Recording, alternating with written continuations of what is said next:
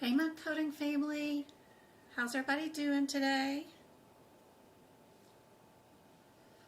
It is cold here in Arizona today.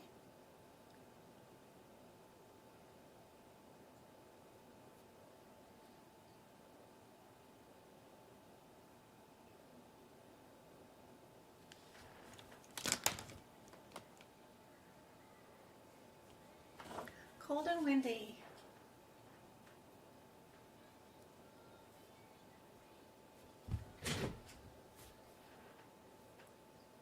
Hey, Angela. Y'all let me know in chat what kind of questions you guys have for today. Yeah. I've got some book prep I'm trying to finish. The cardiovascular for 2025. Maybe if I can get it not so glary for you guys. I don't know. Yeah, that would help. I could cover up that light. That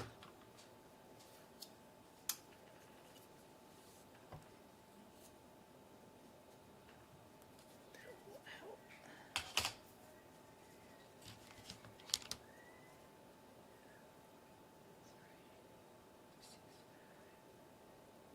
One, two.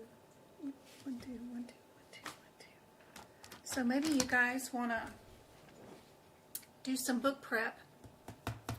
One of the first things that I work on in cardiovascular is some of the procedures are trans, supra, infra, intra, extra, and bi. And I make a color code for those.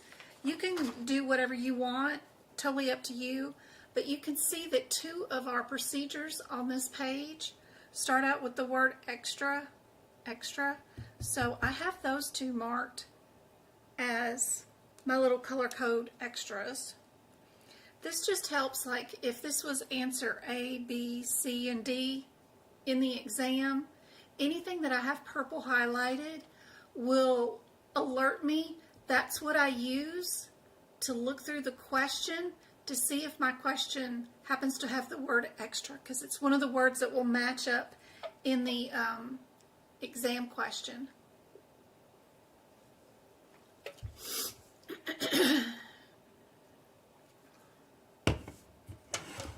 Presumptive, are you positive?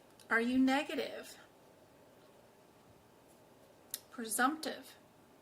Definitive means, yep, you're positive and here's your level, right? Do I have that right? You guys let me know.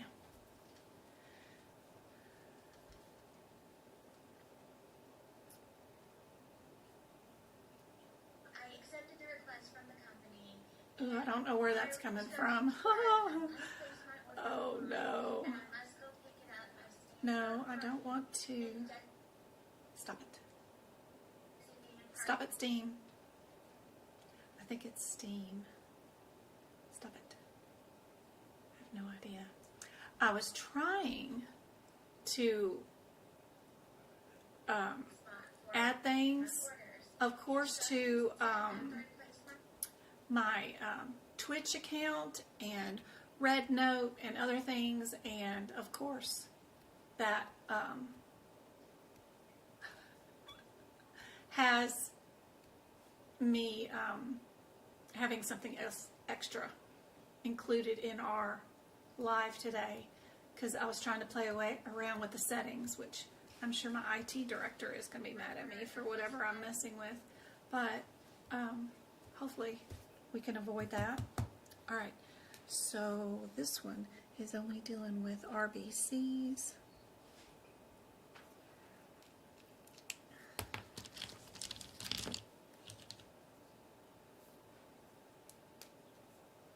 The one code right before it is white blood cells. And then this one, of course, is platelets. It already says it there. You don't have to write it again. But those are your differences, the platelets and the RBCs.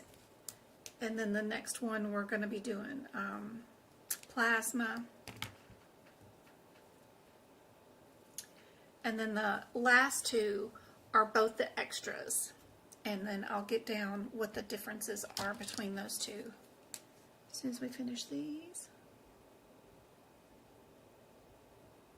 But these are the words that you'll look through the exam question to see if that is the answer that you're going to be looking for.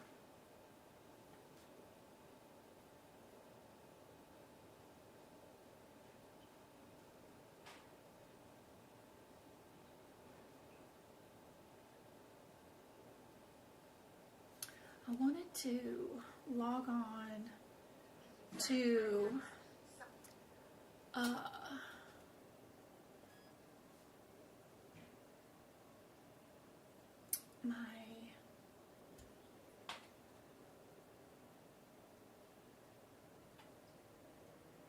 aapc and see if we can find a better definition about the differences between 36516 and 22. Let's see. So 36514, not that one, 16.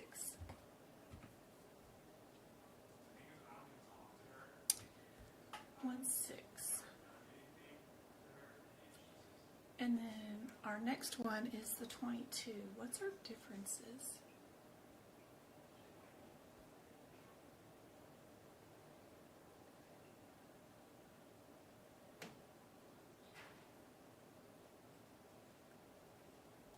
And then our 16 is what? Yeah, they're both therapeutic. They're both medical procedures where you're removing the blood and you're exposing it to stuff to try to fix it. And what is our differences? We're filtering components on this one. This one, we're exposing the blood to the light. So that's really good to know that this one filters.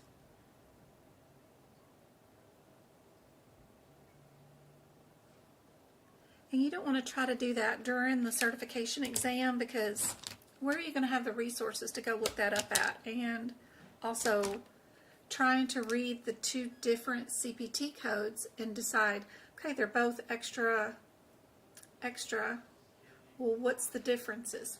The other one, what they're doing is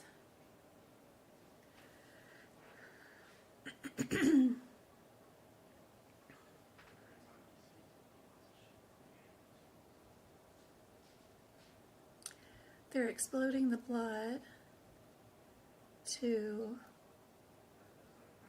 UVA light and a medication, a drug, and drugs.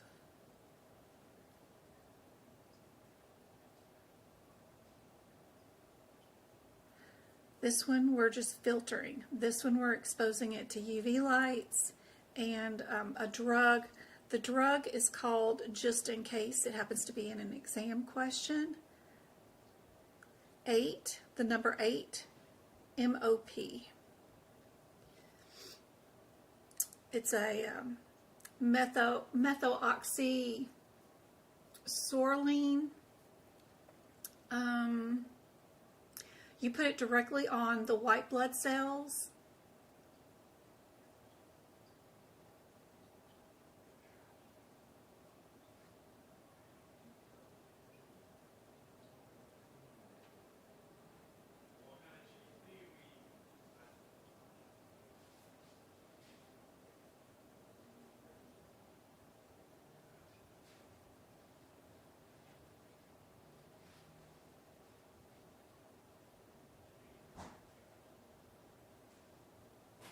Here we go. Now that'll help with those for sure.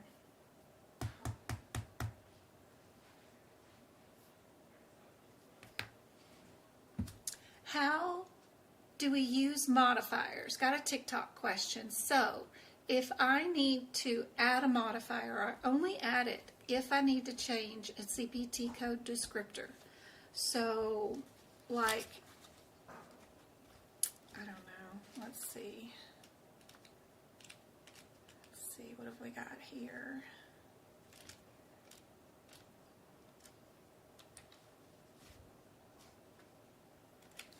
That we could do probably like eyes and ears or something like that.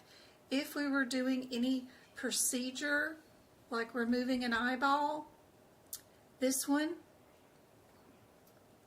it only does one eyeball, right? It doesn't have the plural word in it or doing multiple. So if we needed to change that descriptor and we did it to both eyeballs, then we can add a modifier to it. You know, if we're doing it to something to a phalange or what have you, over here in musculoskeletal, and we're dealing with a finger fracture, we have modifiers that indicate which one is which, ring finger, pinky finger, all that kind of stuff.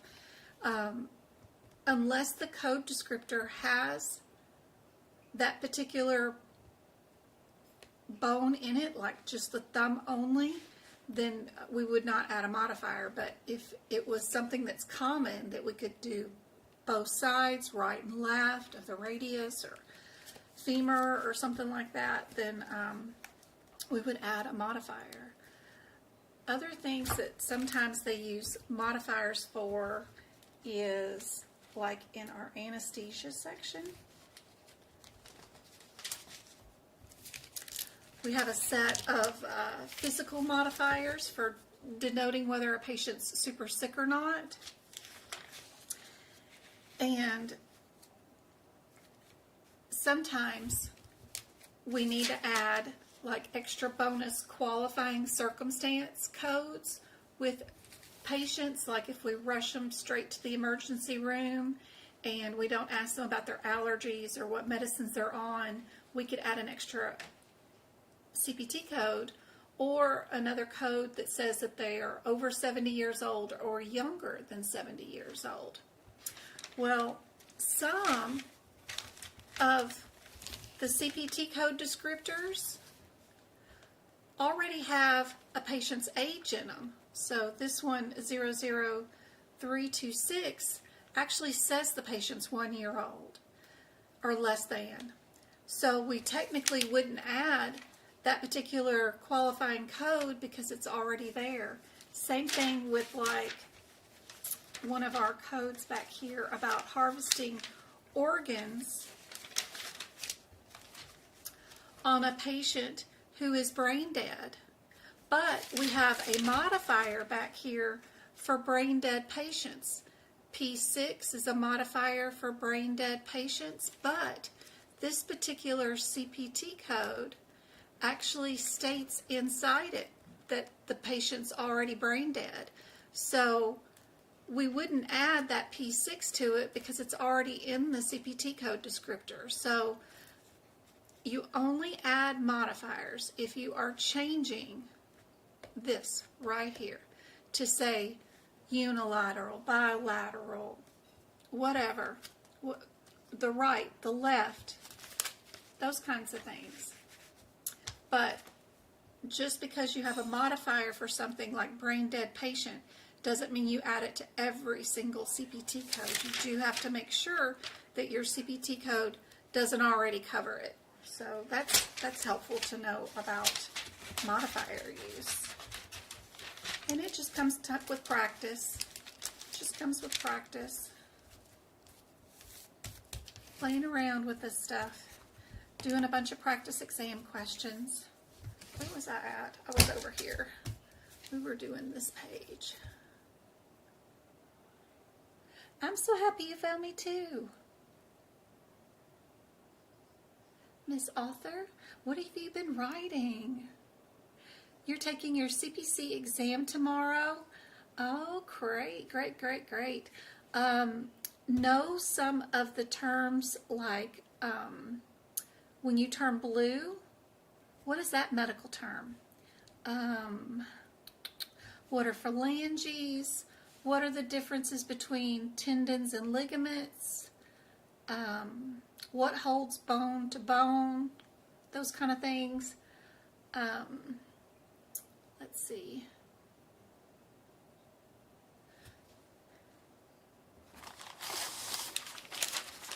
Where is a Warthan's tumor? That starts out with the letter W, Warthan. That's in the salivary gland.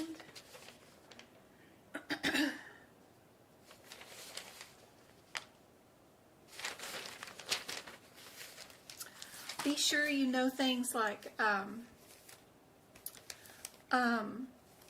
if it's a building that is billing to do a test only, and they're not having their radiologist or MD read the report and send a report with the test, right? If just a building is doing the test only and another physician is going to read the test somewhere else, that's where we add the TC.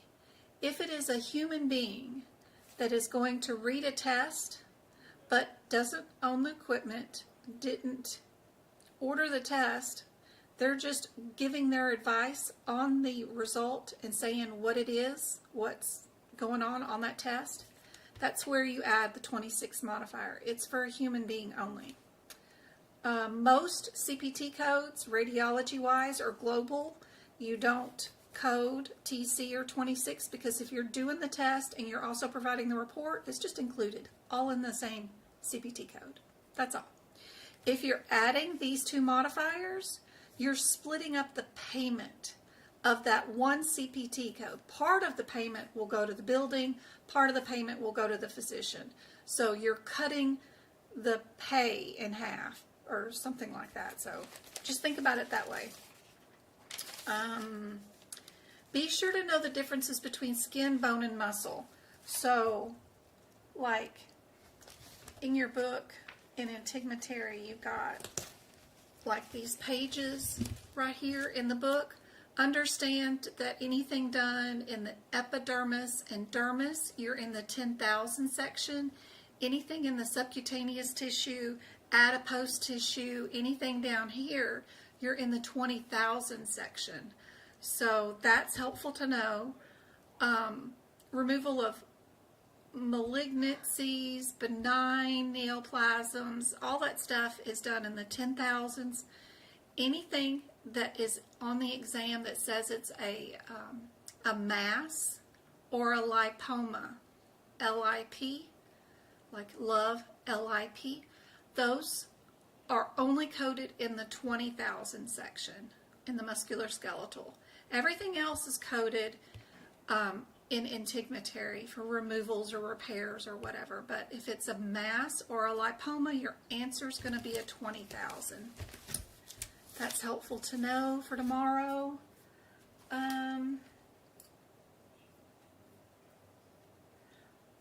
Allograft, ALL means that it's somebody else's body part that they're putting into the patient. So I use the two L's as little legs, like somebody walked somebody else's body part to you. If it's autograft, AUTO, I think about it's an automobile, a car, then that means you drove, it's your body part, you drove yourself. I don't know, I associate with things, so that's helpful. When you're doing scopes, like going down the throat or other areas, be sure you know whether your scope is flexible or rigid first, because that's one set of codes versus another set of codes.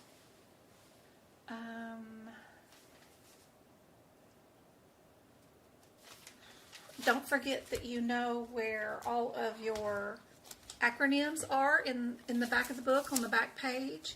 And some of them have two of them. Like IVC could mean one thing, or it could mean another thing. So don't just look for the first definition and move on. It could be the second thing. That's helpful. In Lab and Path, you've got even more acronyms that could come in handy. So around page 600-ish, somewhere around this area, there's some more acronyms. Be sure you know where to find these, because there's 4 pages of them, and it may be here that you look for the acronyms instead of the back of the book.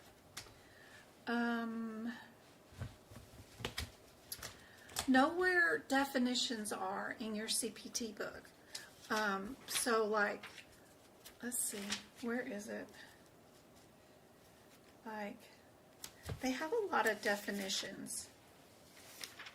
So I'm in the 2025 book of the AMA CPT book, but around page 788, there's like these definitions for a list of like coronary arteries. Do you know which ones are coronary and which ones are just branches? And knowing where to find those little lists is super handy. They have a ton of definitions in this book. Knowing where to find things in the book is really what a lot of the test questions are about, is understanding how to utilize and find info in the book that they give you. So that's handy. Knowing how to use some of the charts that are in here. Where's our digestive? Yeah, our digestive chart.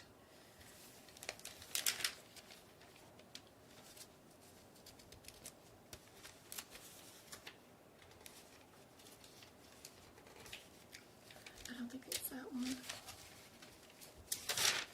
Yep, there it is. So like this digestive chart on 380, it's for the colonoscope decision tree, knowing whether you're diagnostic or you're doing therapeutic. So knowing the differences between those two words is super, super helpful for tomorrow. If you already have a diagnosis and you're going in to remove some polyps you already know that are there, then you know you're on this side of the chart and your answer is going to be one of these answers. If you are just doing a screening and you have no idea what you're going to go find, you know you're on this side of the chart and your answer is going to be one of these answers. So knowing those differences is super handy. Handy dandy. Fixing all of your out-of-code sequences. So if a code is red, putting the page number down where you can find that code, invaluable info during the exam, especially in the medicine and lab and path section where some of the codes are 500 pages away from each other. I add the column number that they're on, 1 or 2, but you don't even have to do that. Just at least do the page number. That's helpful. For tomorrow. Superior, inferior, simple, superficial, deep, total, partials, differences between an incision and an excision,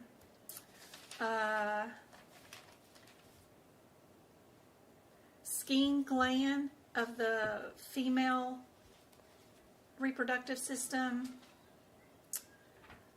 parts of the shoulder, parts of the knee, end-stage renal disease, ESRD. Oh, advanced life support and basic life support. What's the difference? Basic life support cannot stick you with needles or introduce like IV lines. You've got 2 EMTs in the ambulance. If you have advanced life support ambulance, you've got a paramedic and an EMT, and they can stick needles in you and start IVs. Differences between short and long arm cast, knowing whether your cast is plaster versus polyurethane or plastic or fiberglass even, helpful. Your top 10 guidelines, like you're going to have a burn patient, you're going to have an adverse reaction patient, you're going to have a use and abuse patient, you're going to have simple to intermediate integumentary repair guideline question.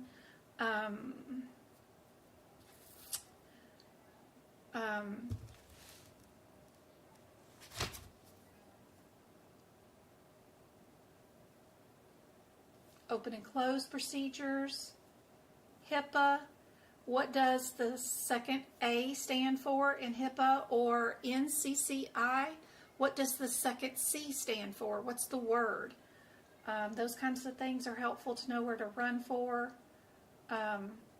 Which codes you cannot times and which ones you can times. So like, very critical question.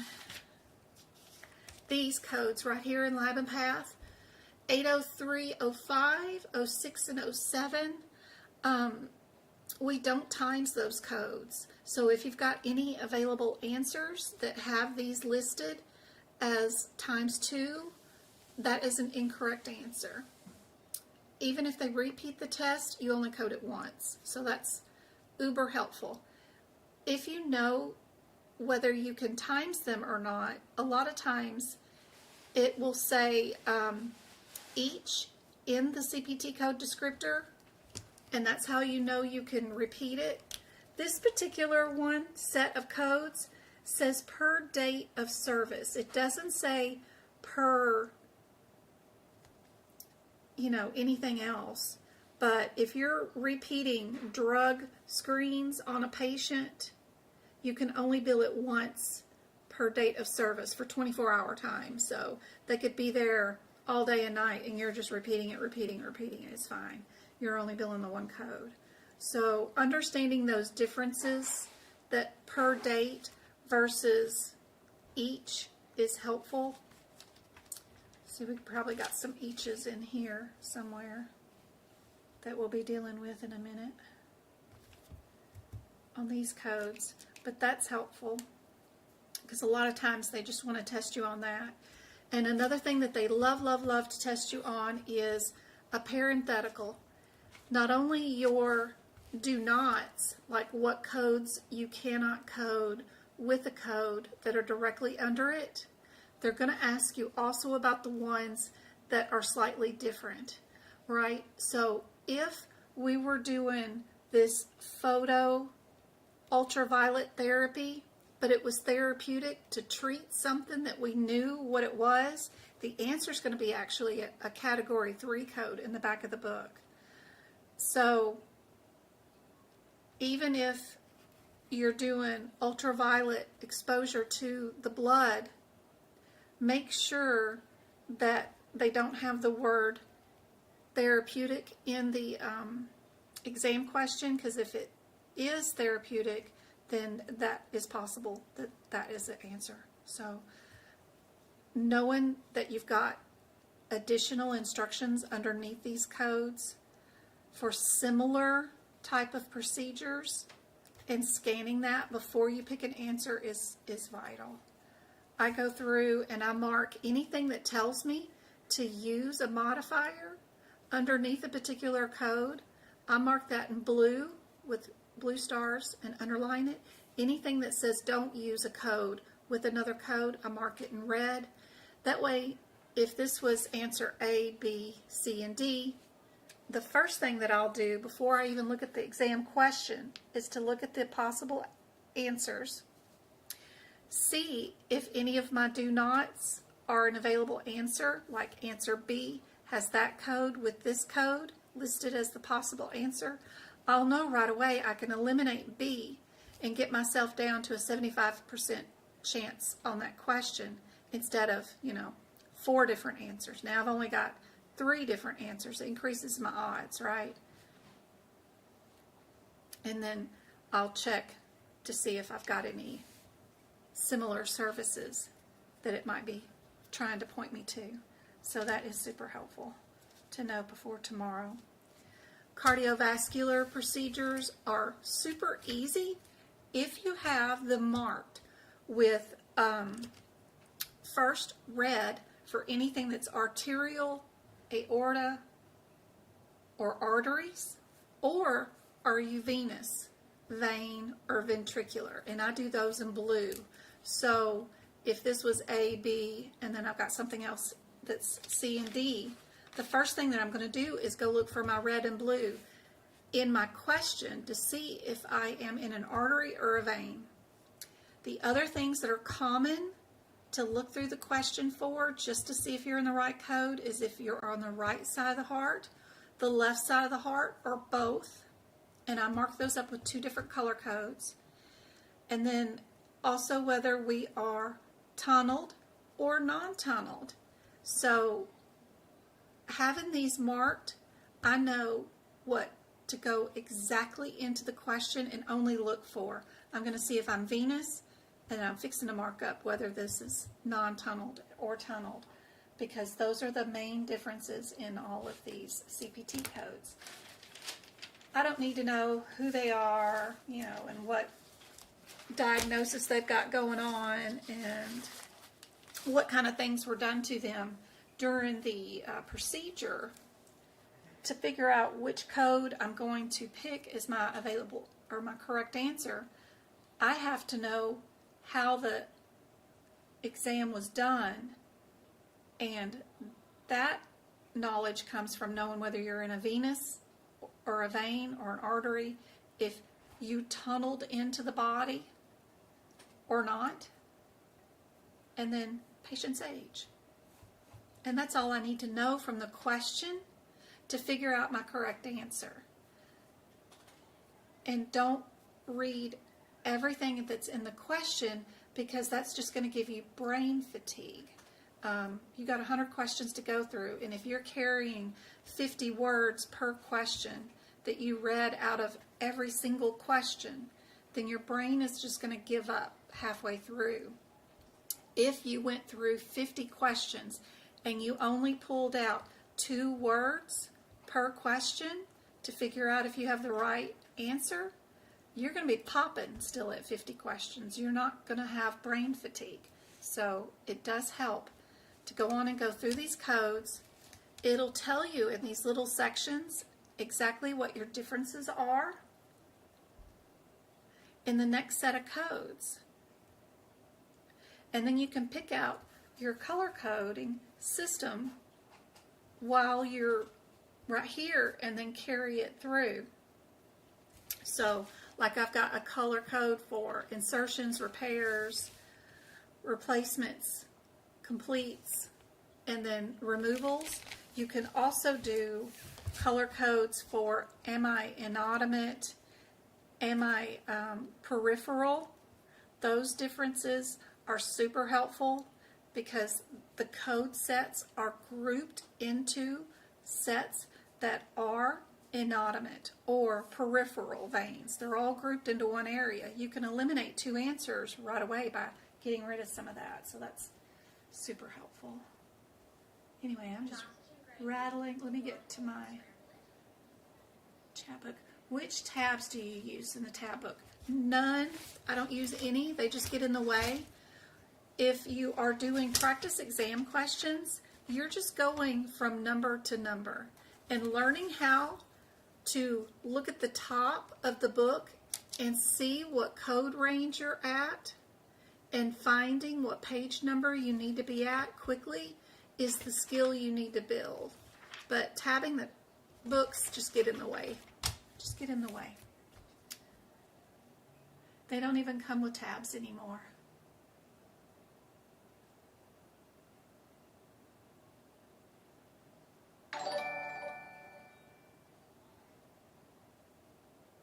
Gail, what you talking about, girl? When marking out of sequences, where is the subsection located?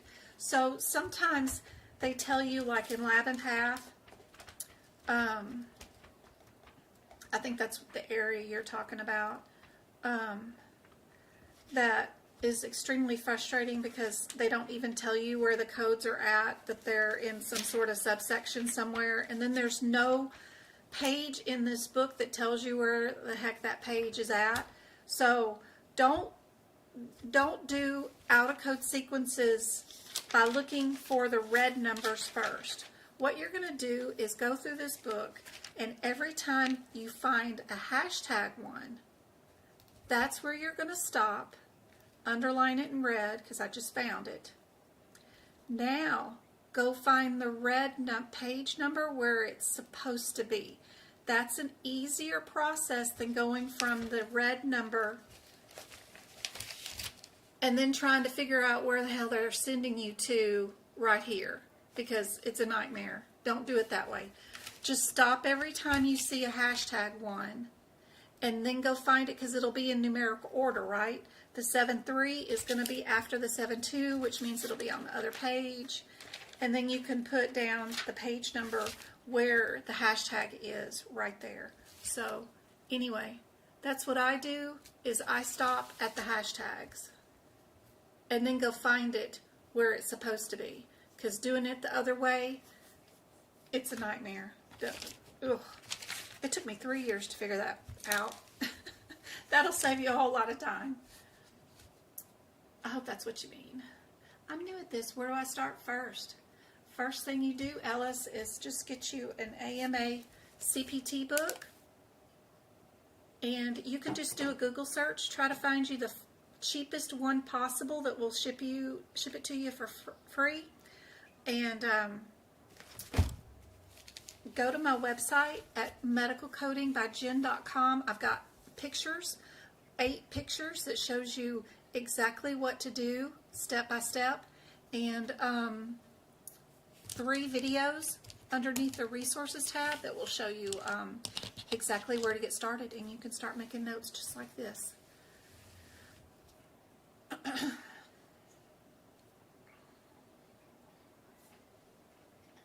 I missed a ton of messages, so keep asking if I missed it. If I missed your question. Can you redo another page? What you mean, Miss Royal? Thanks so much, Go Kart.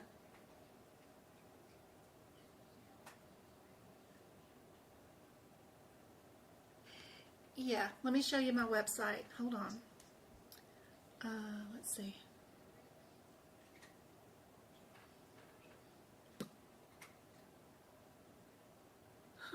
Let's see, that's TikTok. We won't go there.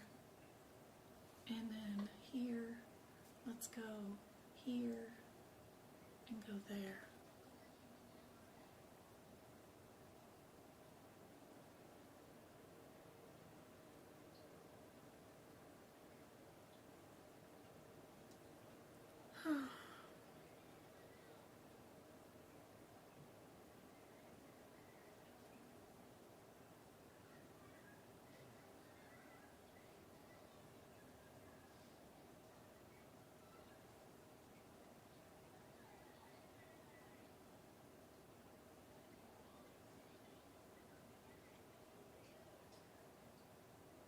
So, my little website, I don't think that's going to show correctly though, because it's all squinched in. So let me add another display window. Window capture. Yeah, let's do that. That might be better. There we go. There's my website, what it looks like, medicalcodingbyjen.com. If you go to the resources tab, right there, it's totally free. Just go to CPT book prep page. It's the second tab down, and it's got all the pictures, tells you what to do in your book, including what to do with anatomy and ICD-10 book. Just click on the pictures, it'll tell you what to do. Also underneath there, the third tab is the videos I was talking about. It shows you how to do book prep. You can watch me do the book prep all you want. If you want to go to the shop where I have copies of my notes, there's Afterpay and all that kind of stuff, but hopefully you guys don't need any of my notes. You can just do this for my free live lessons. But if you guys adamant, they're set up in sections. The first set of notes is CPT notes, right? Second set is my ICD-10 notes. Third set down here is the repeat workshops. And there, of course, is a search feature right here that you can search for whatever you're looking for, like cardiovascular. You can just type in cardio and it'll bring them up for you. I have a bundle that's everything I got all in one, which is this one. get you everything I've got, and I'll send you more stuff whenever it comes available. There's what to highlight. Every section, like if you get the cardiovascular section or anesthesia section, you get the color code guide that goes with it, of course, at the beginning. But there is like just a cheat sheet. I think it's like $6 that just kind of goes over the words and tells you what to code. Let's see, key. It's around here somewhere.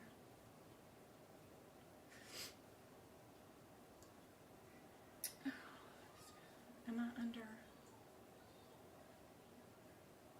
Let's go under all and go by lowest price. Nope. Let's go back into shop. I'm under CPT is why.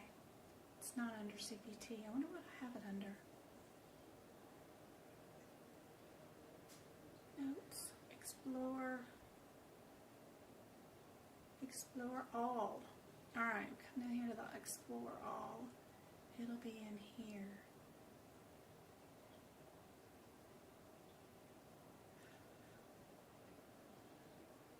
Here we go. It's called Jen's To-Do List. It's $6. It's right there. It's just a Excel sheet that I wrote out, and it'll tell you I have green for this, blue for that, red for that, all that kind of stuff. You just print it out or download it onto your device. All my notes are meant to just view on a device so that you guys can just scooch in, scooch out, zoom in, zoom out, see the color differences. That way you don't have to print all that out in black ink and waste a bunch of trees. Super helpful just to, you know, view them on a device. That way you can just zoom in and zoom out and make them brighter, bigger, and super helpful.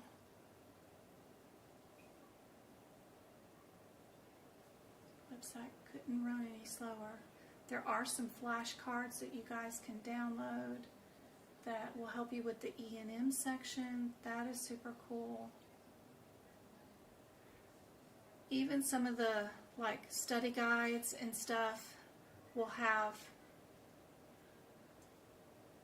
different additional information, like some charts and things that can help you in sorting. They'll have some clinical examples too down at the bottom, and then also typed out examples so that if you can't read my writing, at least it's typed out too, so that way it's helpful. Don't forget about the blog. It's totally free.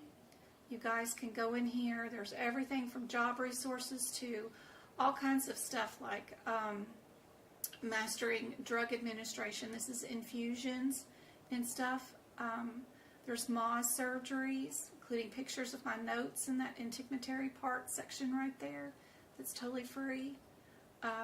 What types of jobs would you look for if you didn't want to do CPC, but you have a CPC and you still want to get in the medical field, but you want to do something different? What would you look for? What jobs are out there that are available? I have a blog about that, a blog about companies that are hiring. There's a 9-chapter book on just E&M with free practice exam questions too. There's a free practice area right here next to the blog that you can go to and practice exam questions. Just click on the answer and it'll tell you what the answer and rationale is. There's also some flashcards that you can do for E&M section and some flashcards that you can download for acronyms too that are all free. And the shared gallery is all free. It's my favorite pictures. You know, what do I use for my heart picture? What do I use to carry my books in? What pens do I use? How many questions are on the exam? What guidelines are important? How did you get rid of your apprenticeship before you took your CPC exam? How do you get an extra hour to take the exam? What books do I like for CRC? All kinds of pictures. It's really cool. What do I use to bind up my books? How do I make my ICD-10 notes or guideline notes? There's examples of all of that for free on my website, including all of our social media stuff. So if you go to the social media tab, we've got Pinterest, Facebook, YouTube, RedNote, LinkedIn, Twitch, you name it, we got it. YouTube is the most helpful, of course. If you want access to all my book prep videos or old workshops, duck classes, things that are advanced for people that have not passed their certification exam and need less talk and more practice questions, that's available on the YouTube membership. And then there's an Amazon list in case you guys wanted to know exactly where do I get my pens and highlighters and all that stuff. These I got from the TikTok shop. But these I got from Amazon, and they have erasable ends. You can erase what you highlight if you highlight it the wrong color, so that's kind of handy dandy. Anyway, what pens don't bleed through and all that kind of stuff is on that list. And then Pocket Prep. You guys can't forget about Pocket Prep.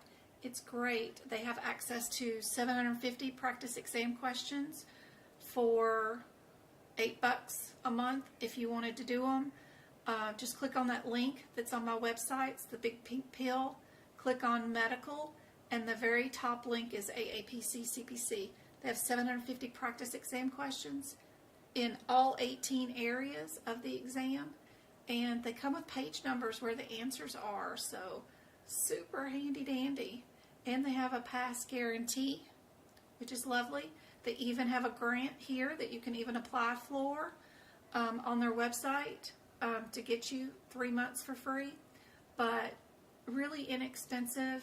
Their questions are comparable to what's on the exam, and they even have 75 cases that you can practice. So super helpful. Although I had somebody the other day who got a complete 0 on all 10 questions on her cases, but she still passed the CPC exam. She just didn't get to them to even answer them. So she left them blank. And she still passed. I was like, woo, good girl. So that was awesome. Anyway, we do have a workshop coming up this Sunday. If you want to participate, I was working on those questions today and yesterday. We're doing 75 questions in 3 hours.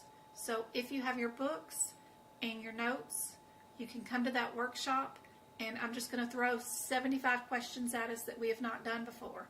And we're going to try to find the answers in the same pace as the certification exam. I think it's a great way to practice and see if you're ready for your exam. If you can get 90% of those correct, find the codes, find the answers in the books like I do, then you know you're ready for your exam. And so that's going on this Sunday. The replay is going to be available for the next 90 days afterwards. So even if you can't stay the whole 3 hours or even attend at all, the same link that you get when you purchase is the same one that's the same link for the replay. If you guys ever purchase anything from me, don't know where you put it, can't remember where you downloaded it, all that kind of stuff, your account page is right there on the center of any page on my website. So it's right there. It says, welcome to your medical coding family site right here. You can do the drop down menu. You can view your orders, cancel subscriptions, look at your rewards program, because every dollar you spend, you get rewards, and then you can trade that in for free notes and things. So whatever. You can look at your booking appointments. If you book tutoring or advice with me, those kind of things are all set up here. And I try not to spam you guys. Usually just the workshops, I remind you guys a bunch of times that week to, if you want to attend, it's then, because I only do them once a month.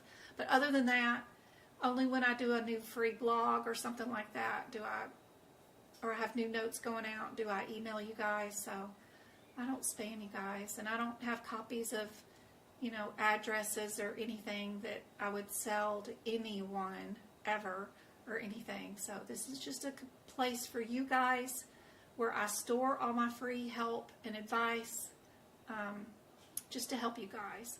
Don't forget, we also have a Discord study group that is great. Got 4 years worth of info in it. There's practice exam question rooms and stuff like that. If you guys are interested in networking with others that are struggling and y'all work together to help out and answer each other's questions, that is a chat room place where I have unlimited storage, where I can just store a bunch of video links, photographs, PDF files. It's all in our Discord study group too, along with the website. So hopefully that is helpful to everybody.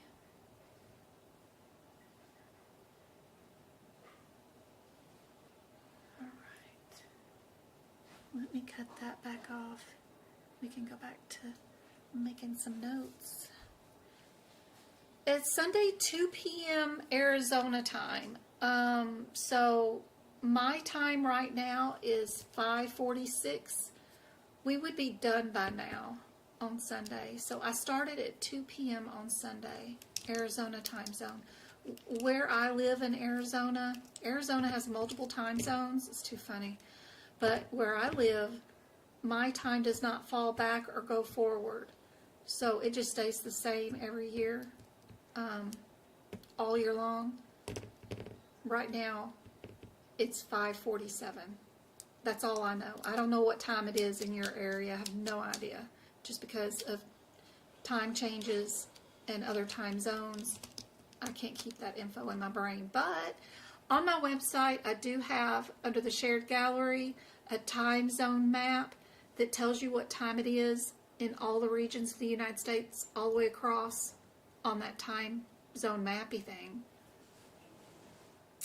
Yep. Northern Arizona time zone, because Southern Arizona has a different time zone time. It would be 1 p.m. in Cali or 1 p.m. in part of Arizona, which is a nightmare. The good thing about the YouTube link that you guys have in the workshop is if you click on the link that you get for the workshop on Sunday, at the bottom it'll say notify me.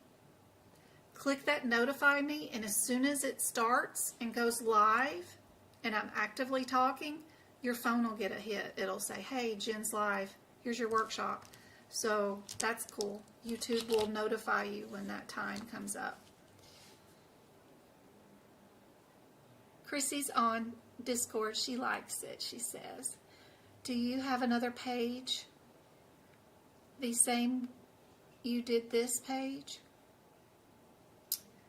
I'm on Etsy. I sell some of the notes on Etsy. Etsy's difficult because they charge additional fees, so I have to charge more there. So it's cheaper on my website because there's no fees there. But some people love the site Etsy, which is fine. And I think there is a sale going on Etsy right now. But the downloads have to be individual files too, where on my website they can be a zip file where it's all in one file. But on Etsy, I have file size restrictions. So like the cardiovascular section that I have to put up on Etsy has to be 5 downloads. And you're missing a couple of insignificant pages of that section because I include Appendix L with the cardiovascular and all the anatomy pictures. That file, even split up as 5 different PDF downloads, is still too big for Etsy because they won't let you upload a PDF that's only a certain file size, and then they won't let you zip them, so it's a pain. Anyway, so my website technically has, on some sections, a little bit more pages of notes than what's available on Etsy, but it's minuscule what I exclude from those. They're pages that I probably wouldn't even worry about making notes on those pages anyway because they're never on the exam.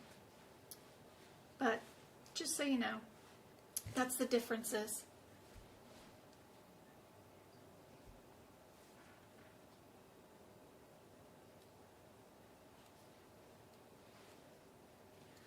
doing here?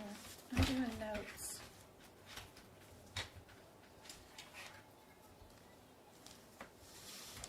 So if we were doing the notes right here on these two codes, our 5.5 and 5.6, the first thing that we need to clear in our certification exam question is that this is central, right?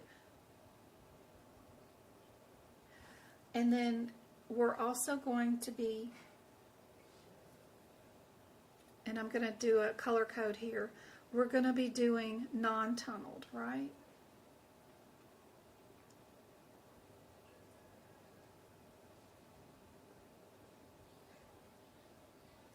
So what I write in my notes is exactly what you would look for inside the exam question to see if this is your correct answer. Instead of reading the question and then reading the CPT code descriptors and then trying to figure out which one is the right answer, I tell you what to look for. Does your question have the word central in it? Does it have the word non-tunnel? If it does, and you are venous, that is your answer. So that's how you use my notes. Thank you guys for helping answering all those questions that I am not getting to.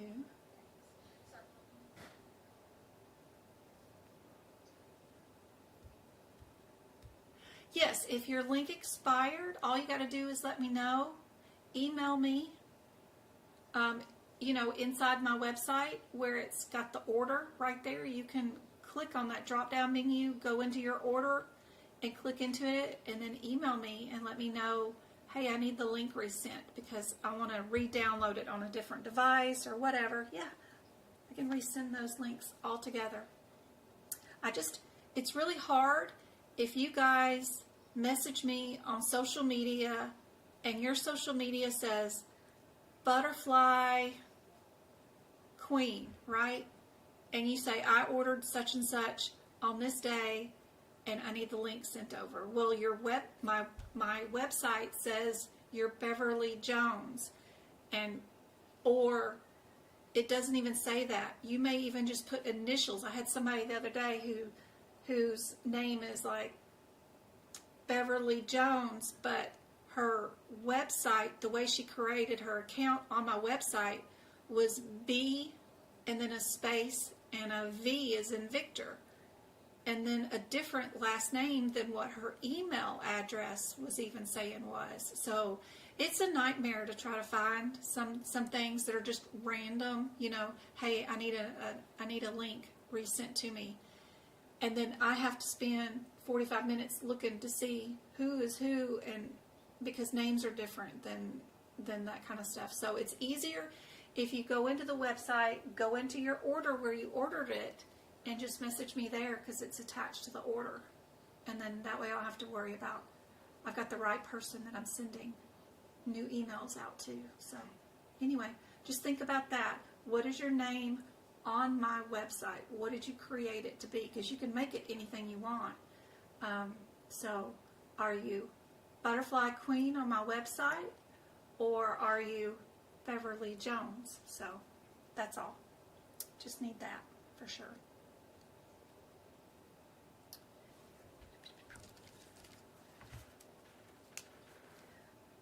We're going to have to consider about age.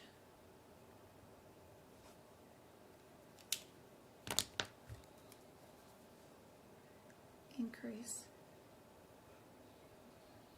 Now, do you need to write that? No, you could probably just highlight that or highlight that.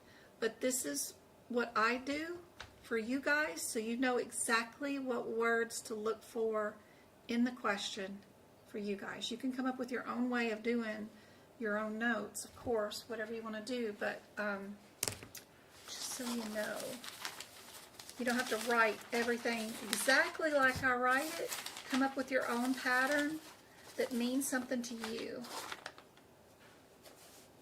Or if you don't want to think about it and you just want to copy, then copy away. Have at it.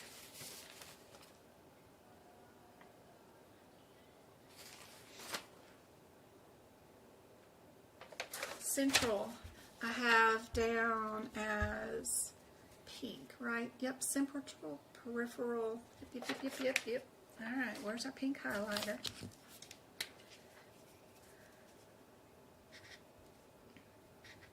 Here we go.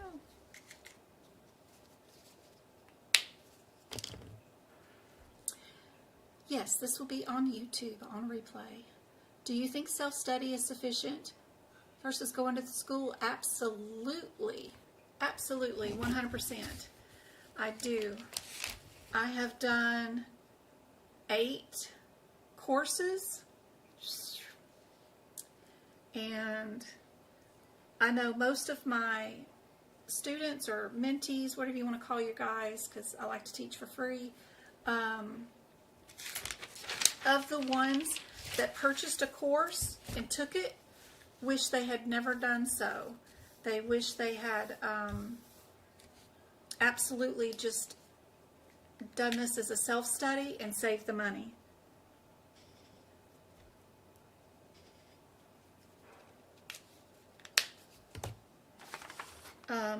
I've had 1 or 2 in 4 years, 5 years, since 2019, out of the thousands of people that I've helped, say that they really did enjoy the course and they learned a lot from it.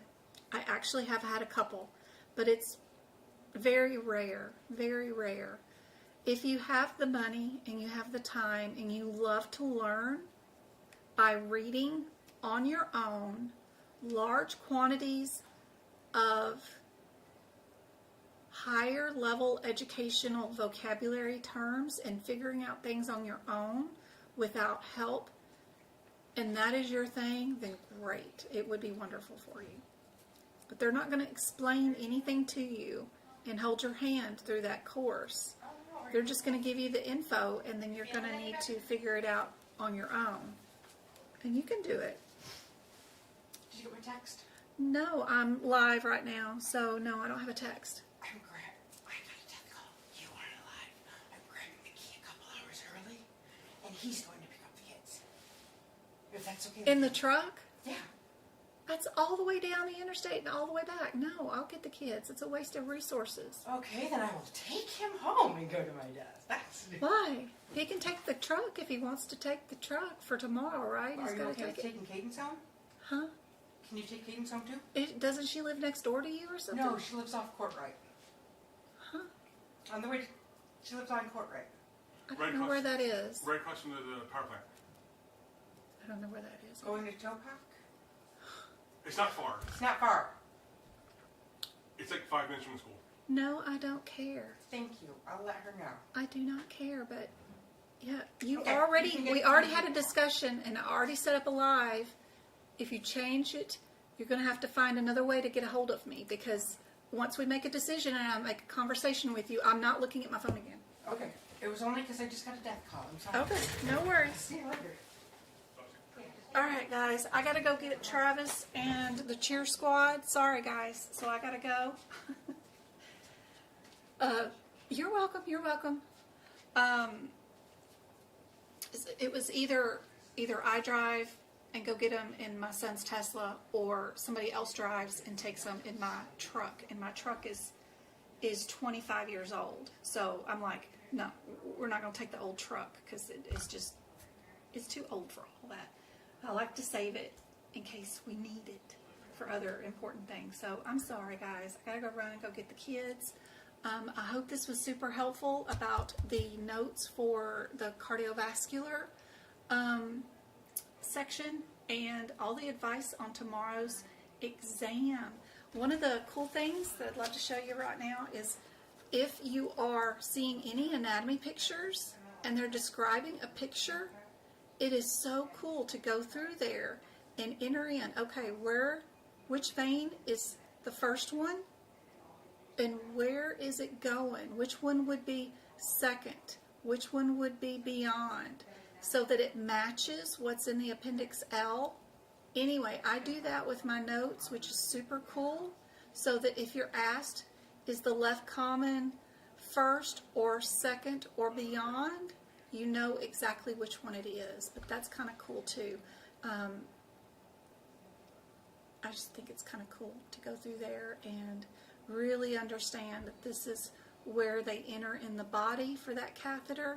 And then if you go into one vein and then you switch to another one, that's where they're coming up with that second, third, and beyond. But I gotta run. I gotta get to Travis and them. I will come back. It's going to be about an hour before I can come back and do any more. But I love you guys. I will see you guys later. I hope this was helpful. Good night, guys. I'm sorry. Love you guys. I will see you guys later.